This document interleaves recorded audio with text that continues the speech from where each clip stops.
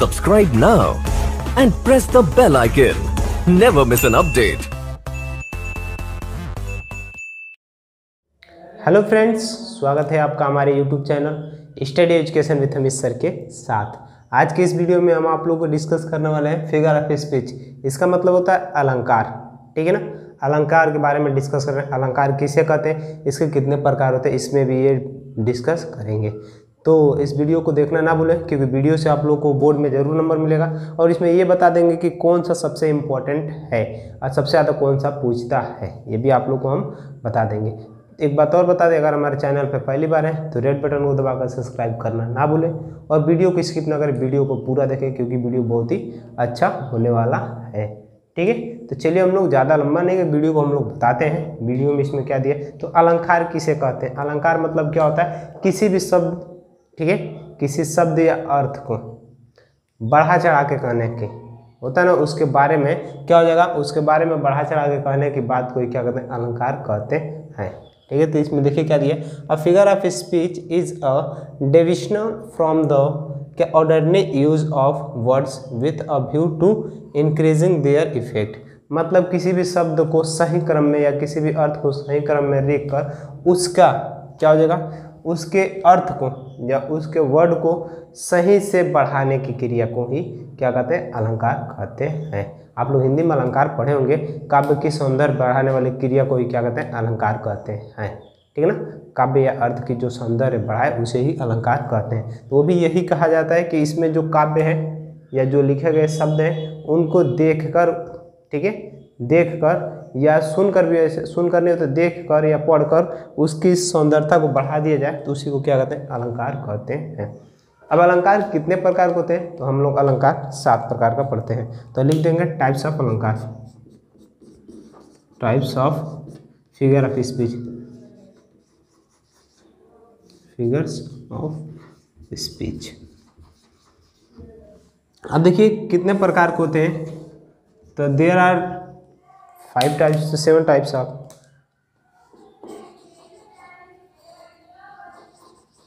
There are 7 types of figure of speech,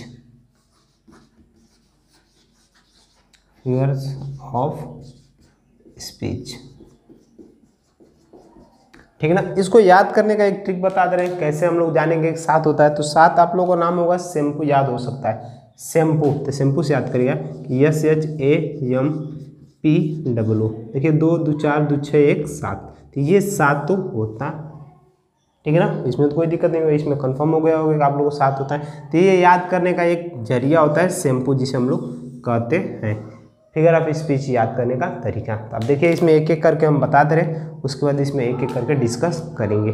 तो पहला हो जाएगा सिमली, सिमली, ठीक है ना।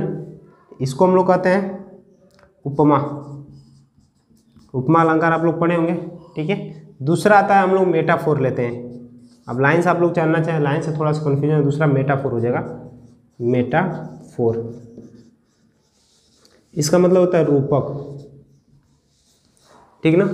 उसके बाद लेते हैं पर्सोनिफिकेशन, पर्सोनिफिकेशन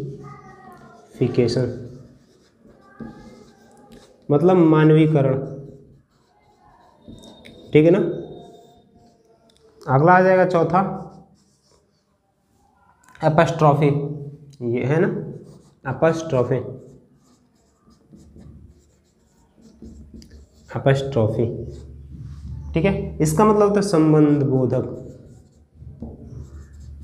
बोधक या संबंधवाचक भी कह सकते हैं, ठीक है ना। अगला जो हम लोग लेंगे 5वां हाइपर बोले, ठीक है ना। इसका मतलब होता है हाइपर बोले, हाइपर बोले मतलब क्या होता है, अति संयुक्ति, अति संयुक्ति। इसका मतलब ये हो जाएगा बढ़ा चढ़ा के बात करना। सबके बारे में अभी हम बताएंगे एक एक करके। उसके बाद हम लोग लेंगे इसमें 6वां ओ से ऑक्सीमोरन, OXI ऑक्सीमोरन, ऑक्सीमोरन, ठीक है। अगला जो आएगा अनुमेटापोइया, अनुमेटापोइया, मेटापोइया।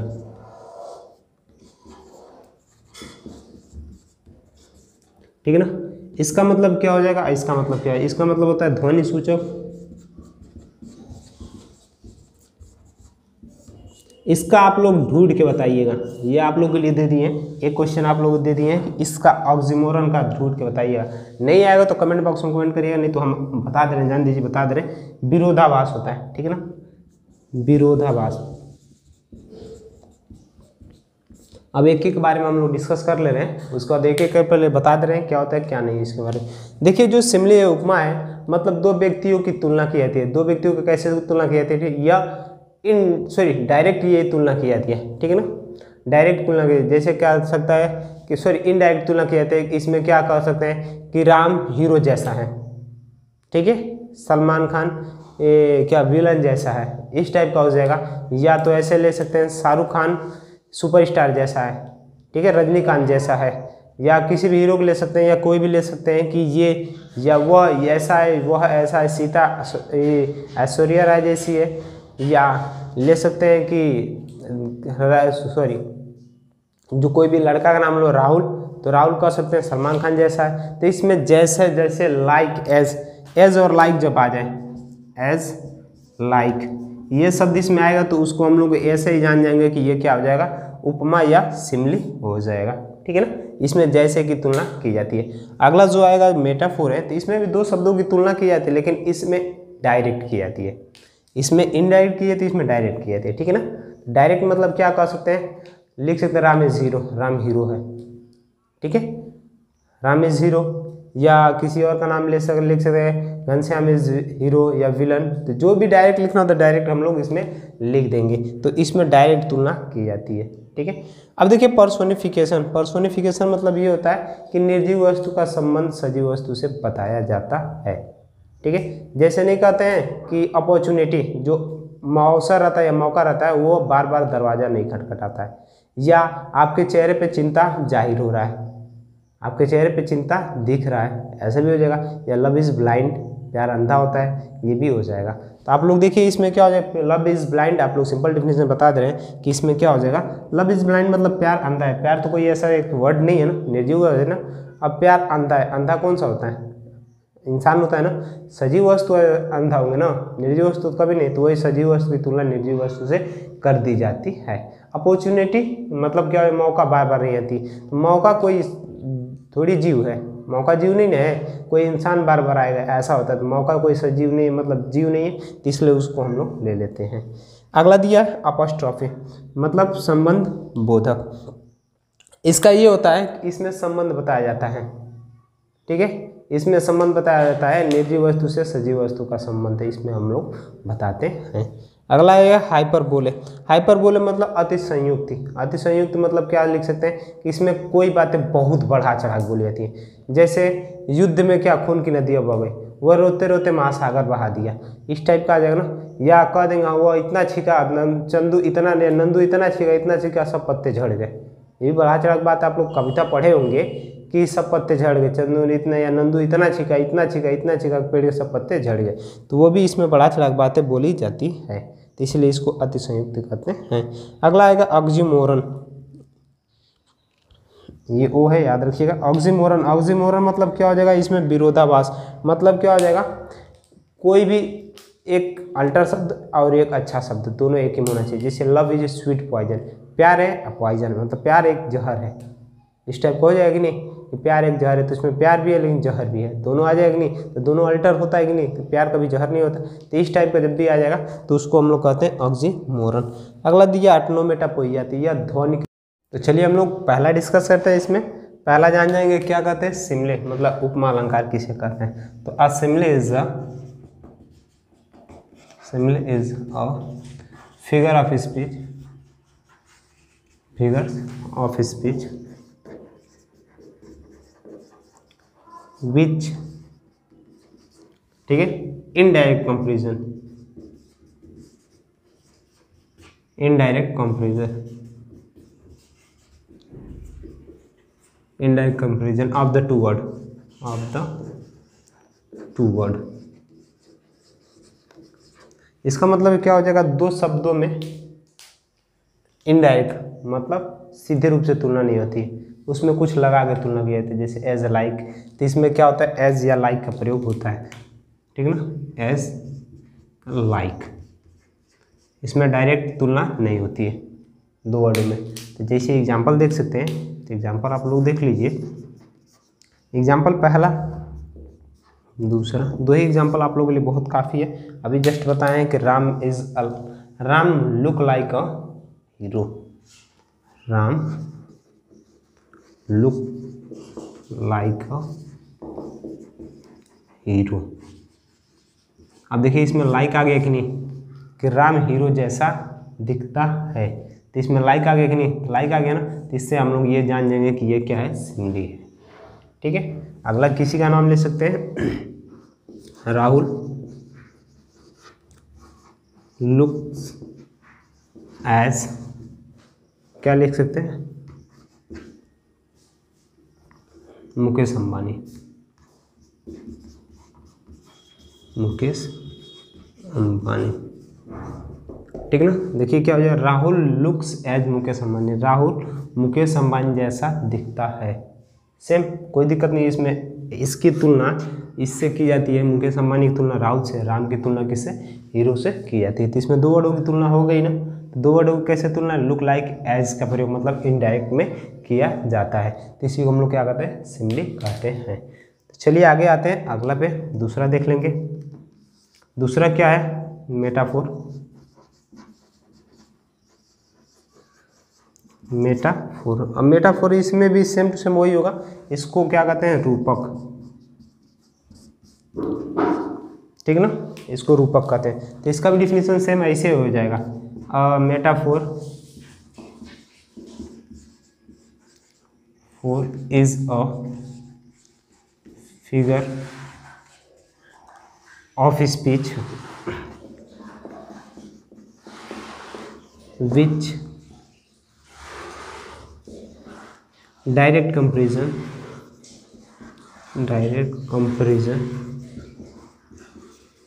of the two word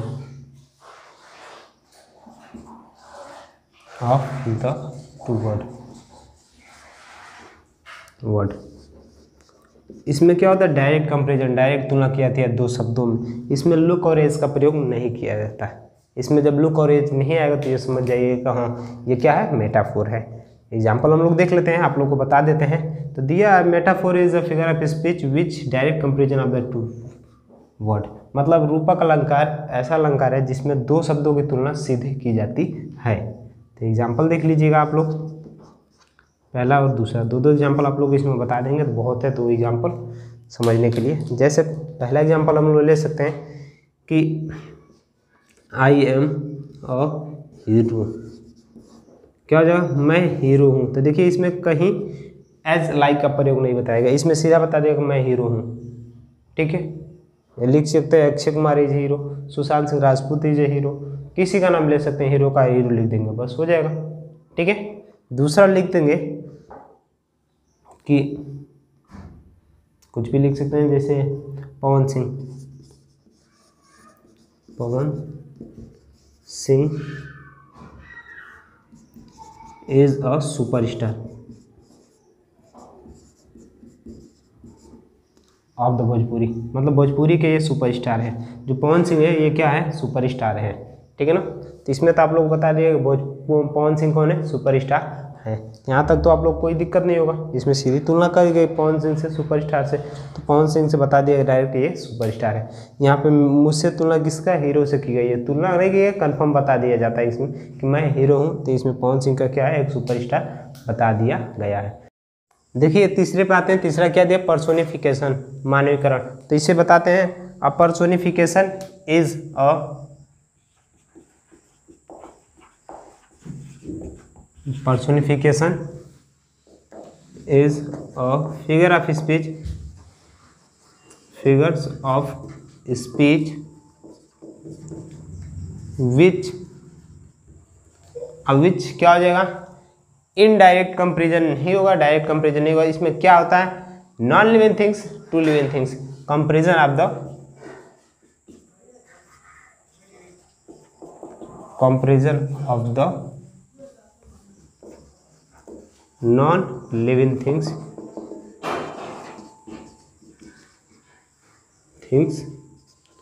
to living things. मतलब इसमें क्या किया जाता है कि जो निर्जीव वस्तु है ना उनकी तुलना सजीव वस्तु से की जाती है। ठीक है, तो निर्जीव वस्तु की तुलना क्या होती है, सजीव वस्तु से की जाती है। जैसे एग्जाम्पल आप लोग देख सकते हैं, सिंपल सा 2 एग्जाम्पल आप लोग बता देंगे हम लोग। पहला क्या कह सकते हैं, लव इज ब्लाइंड। क्या होता है, लव इज ब्लाइंड मतलब क्या होता है, प्यार अंधा होता है। तो अंधा कौन सा होता है, तो अंधा क्या होता है, अंधा इंसान होता है ना। तो इसमें अंधे की तुलना क्या होती है, प्यार। तो प्यार एक निर्जीव वस्तु है, निर्जीव बातें हैं, तो इसकी तुलना हम लोग क्या प्यार से कर दी जाती है।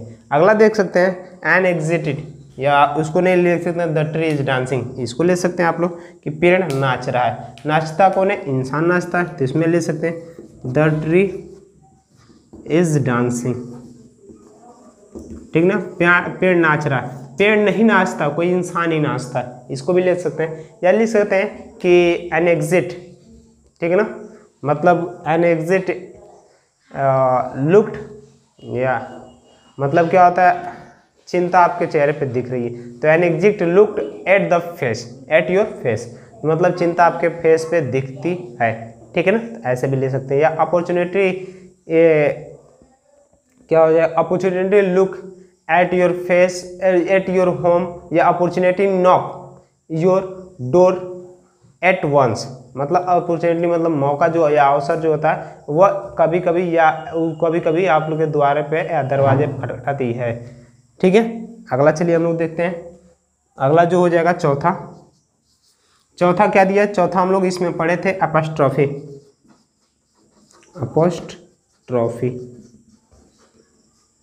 इसको हम लोग जानते हैं, आप लोगों को क्या बताए थे अभी। एपोस्ट्रोफी का डिफिनीशन जान लीजिएगा। इसमें क्या डायरेक्ट कह दिया था डेथ वर्ड से। ठीक है ना, तो लिख सकते हैं कि एन एपोस्ट्रोफी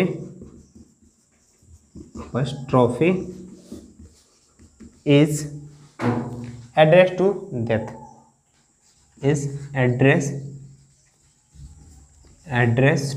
डेथ, मतलब इसमें क्या होता है, जो मृत्यु वस्तु होते हैं उनका डायरेक्ट इसमें पता बताया जाता है, या उनसे ये संबंध बताते हैं। तो ये क्या होता है, संबंधवाचक होते हैं। तो ये मृत्यु चीज़ों से संबंध हम लोग को बताते हैं। तो जैसे एग्जाम्पल आप लोग इसमें देख लेते हैं, हम लोग 2 एग्जाम्पल इसमें भी देख लेंगे। तो क्या होता है, लिख सकते हैं O death,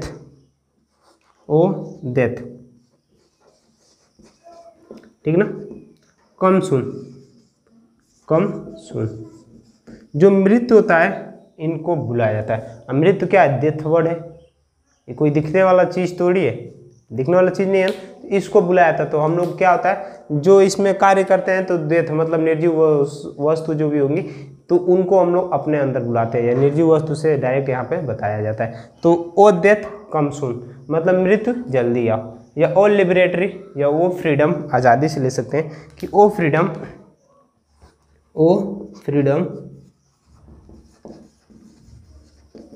Y are you so dear, तुम इतनी प्यारी क्यों हो। ठीक ना, ओ फ्रीडम्स, ओ आज़ादी, तुम इतनी प्यारी क्यों हो। तो इसमें जो आज़ादी हम लोग को दिखाई नहीं देता है, तो उसको हम लोग संबंध बताते हैं हम लोग के प्यार से। ठीक है ना, चलिए अगला आता है, हम लोग देख लेते हैं पांचवा जो था हम लोग का क्या था,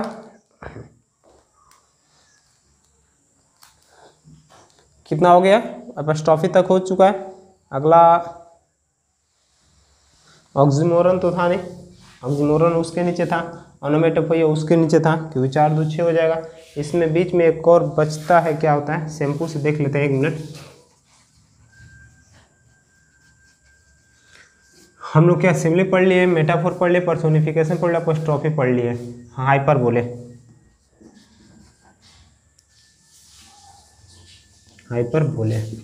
मतलब अतिसंयुक्ति। ठीक है ना, हाइपरबोले अतिसंयुक्ति मतलब इसमें कोई भी बातें बढ़ा चढ़ा की जाती है। तो हाइपरबोले इज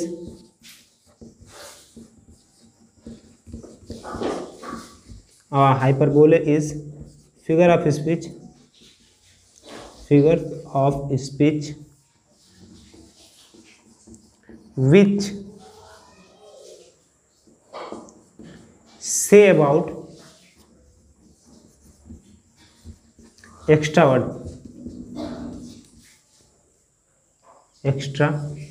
word मतलब कोई बातें बढ़ा चढ़ा के की जाती है, कोई बातें ज़्यादा कह दी जाती है। ठीक है, तो उसी से हम लोग इसमें लेते हैं। तो देख लीजिए इसमें क्या हो जाएगा। तो इसमें ले सकते हैं कि सी वेप्ट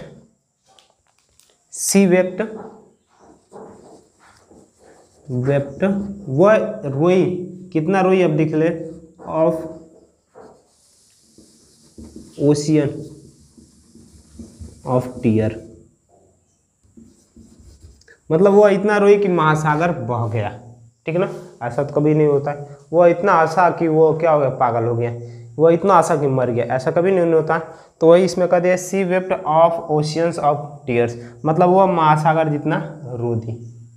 अगला देख लीजिएगा दूसरा हम लोग बताते हैं क्या हो जाएगा कि इसमें ले सकते हैं क्या, युद्ध वाला ले सकते हैं आराम से।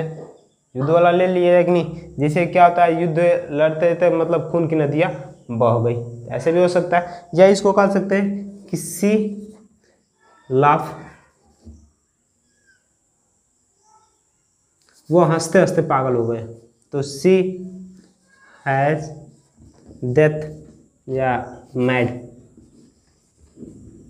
डेथ लिख लीजिए, फॉर लव, मतलब वो हंसते हंसते पागल हो गए थे। यहाँ पे क्या हंसते हंसते पागल हो गया ना, ये भी बड़ा चढ़ा कर बात कर सकते हैं। ठीक है, चलिए हम अगले पे आते हैं। अगला जो अगला छठवां जो दिया ऑक्सीमोरन देखते हैं क्या होता है। तो मतलब ऑक्सीमोरन हम लोग बताए थे विरोधाभास। तो an oxymoron is a figures of speech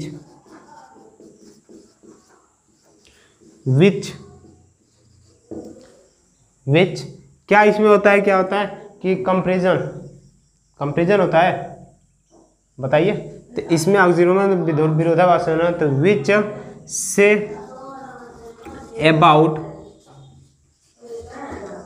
say about the क्या होता है अल्टरनेट वर्ड,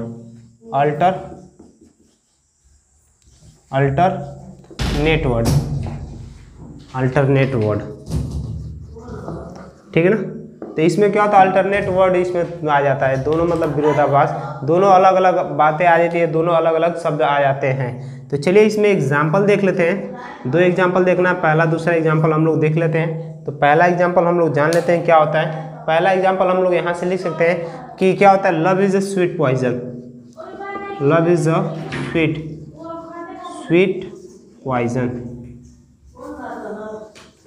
पॉइजन,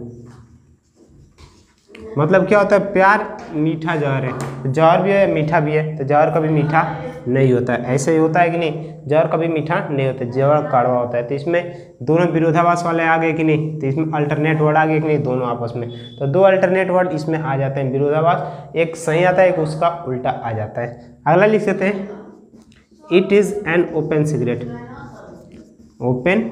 सीक्रेट, इसका मतलब ये हो जाएगा यह एक खुला रहस्य। तो खुला जो होगा वो रहस्य कभी नहीं होगा, रहस्य जो चीज़ें होती हैं वो खुली चीज़ें नहीं होती हैं। ठीक है ना, तो इसमें भी विरोधाभास आ गया। तो चलिए अगला चलते हैं, लास्ट वाला जो हम लोग का ये आज का अगला इसका लास्ट वाला क्या दिया है, ऑनोमेटोपोइया।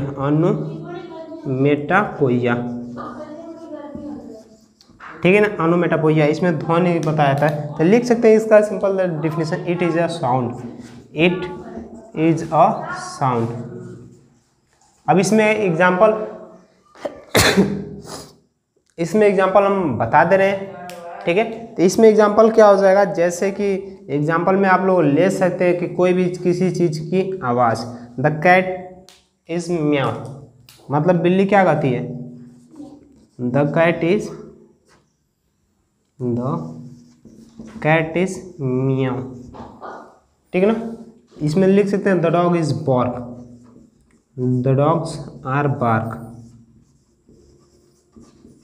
मतलब कुत्ते क्या करते हैं, भौंकते हैं। तो कुत्ते भौंकने से आवाज आता है, आप बिल्ली का म्याऊ के म्याऊ से आवाज आता है। तो इसमें साउंड से मतलब होता है। आई होप आज का वीडियो पसंद आए तो लाइक करें, कमेंट करें, सब्सक्राइब करें हमारे चैनल को study education with Amit sir को, एंड प्रेस द पर बेल आइकन, और अपने दोस्तों में शेयर करना ना भूलें। धन्यवाद।